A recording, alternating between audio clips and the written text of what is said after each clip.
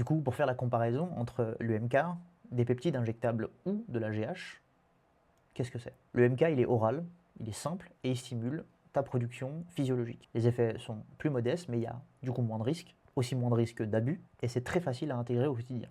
Pour la GH, c'est très contraignant, c'est un acte médical avec des injections et un suivi médicalisé obligatoire. Et en plus, pour avoir des produits de bonne qualité, le coût de la GH peut être très élevé. Dans les risques, la GH injectable n'est pas en reste, puisqu'on a aussi les risques de rétention, parfois des problèmes de canal carpien, des perturbations glucidiques, et c'est évidemment réservé à des personnes qui ont des vrais déficits. Tout comme le MK, d'ailleurs, devrait être réservé qu'aux personnes avec des vrais déficits. Maintenant, les peptides qui sont pro-GH, c'est pareil, il va y avoir des injections régulières. Ça peut être une stimulation physiologique, donc on peut préserver des normes plutôt normales et éviter de dépasser les valeurs physiologiques. Les plus connus, c'est le CJC, l'ipamoréline et le tesamoréline. C'est plus technique, mais c'est aussi intéressant. En résumé, le MK, on a la simplicité et des effets plutôt contrôlés. L'AGH, un processus très lourd.